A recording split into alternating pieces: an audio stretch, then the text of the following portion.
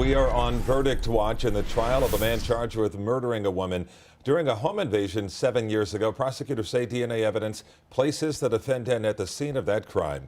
Local 10's Andrew Perez is live at the courthouse with the latest for us today. Andrew. And the jury has been deliberating now for about 3 hours. So many years of back and forth coming down to this.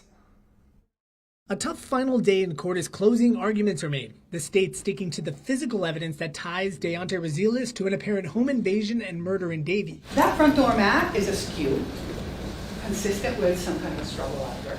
There is a knife out there that has the defendant's DNA on it. Defense attorneys argued, though, the DNA samples are flawed, telling of other fingerprints in the home that have still not been identified, and that Resiles' alleged prints were inconsistent on scene. On the one hand, they want to tell you that Dayonte Resiles' prints are not in the house because he was wearing gloves.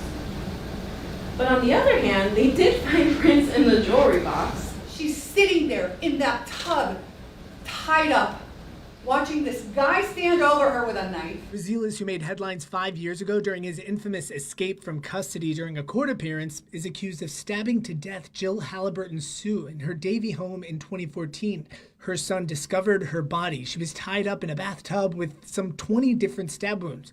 His behavior ever since was a big point brought up by prosecutors.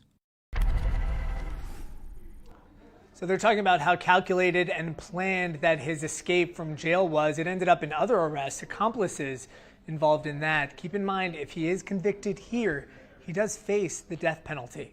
That's the latest here in Fort Lauderdale. I'm Andrew Perez, Local 10 News.